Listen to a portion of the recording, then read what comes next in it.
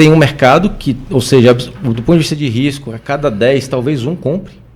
Só que, em paralelo, nesse início de incorporação, você tem um investidor do dinheiro, o cara que, não, eu topo assumir um risco maior, porque eu sei que essa construtora tem reputação, tem o que eles chamam de track, né? Que são as entregas que ele já teve, o histórico. E aí tem aquele investidor que já comprou tantos empreendimentos ali relacionados àquela mesma incorporadora, porque ele já ganhou tanto dinheiro e topa pagar mais, entrar em mais projetos. E cada incorporador, ao longo da sua história, salvo engano, eles levam consigo esses investidores, né? Sim. Porém, quando a gente fala em trazer modelos alternativos, é entregar para... Tem uma expressão no mundo corporativo que é o market cap, né? Qual é o mercado que você consegue atingir? E na medida que a gente vai trazendo, né, modelos alternativos que possa entregar para esses diferentes players no momento certo, você está trazendo... Imagine esse cenário. O incorporador, no primeiro momento, ele assume 2 riscos, de maneira mais... para que a gente possa, para os ouvintes aqui, ter um entendimento do ponto de vista de negócio. Ele tem 2 riscos ali. Primeiro, risco de vender ou não vender, né? Ele lançou o empreendimento, ele quer vender. Sim. E tem um risco de não conseguir vender. Isso é um risco, concorda? Sim, sim. E ele está, dentro desse contexto, ainda assumindo o risco com aqueles primeiros compradores de construir. E ele pode não conseguir o dinheiro para construir. Ou, né, no plano empresarial, ele pode não conseguir atingir o recurso necessário para dar os 30%.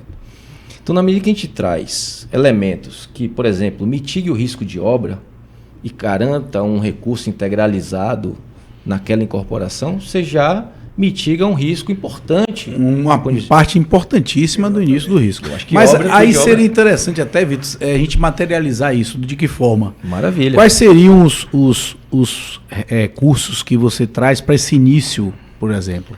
Né? A gente, o que é que vocês têm trabalhando, né? A gente tem trabalhado muito depois das RIs, tá? Sim. Registrou em corporação onde a gente consegue trabalhar. Sim.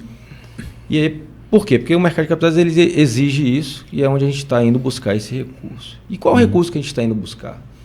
O recurso necessário para construir aquele empreendimento, custo de obra. Garantir então, eu que estou colocando marketing, eu não estou seja... colocando comissão. Empréstimo de produção. Exatamente. Assim, Você está indo diretamente para a obra. Exatamente. E dentro de um contexto super conservador. Sim. Por quê?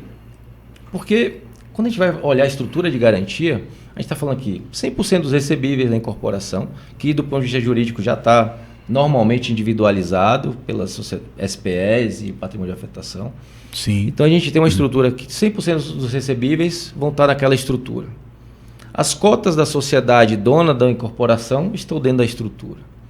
Você está usando o recurso que você consegue enxergar uma torre subindo, não tem como não enxergar. Você tem uma estrutura de auditores, de pessoas que vão fiscalizar aquele processo. Então, isso está dentro da garantia.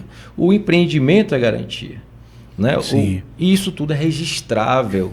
Né? E, oficialmente, as pessoas confiam num cartório, numa verbação. Então, essa estrutura está garantindo que um dinheiro que vai ser colocado à disposição da incorporadora e garantir o custo de obra, que não entra dinheiro na conta da empresa. Sim, você vai pagando diretamente aos fornecedores. A medição é diferente, Sim. O dinheiro vem antes, mas ele é entregue de maneira com avanço, né, acompanhado ao avanço financeiro da obra. Não é avanço físico. É físico, é financeiro. É financeiro, físico, por quê? é financeiro. Eu vou comprar 100% do aço da minha obra. Uhum.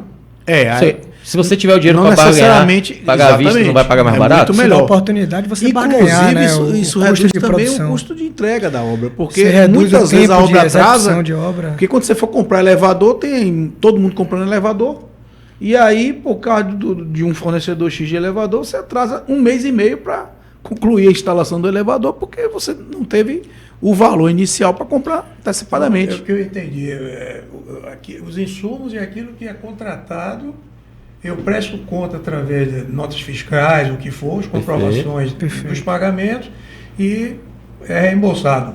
Reembolsado não, Não, o dinheiro vem antes. O dinheiro vem na frente. Você vai usar ali, eu tenho um orçamento, nesse próximo mês eu vou comprar elevador, vou comprar, isso vai me no custo é de 5 milhões. Esse ponto é muito importante, viu, Vitor? Porque é justamente ao contrário do que acontece hoje. Exatamente. Né? Por O isso que incorporador são começa a soluções gastar, alternativas, né? ele gasta.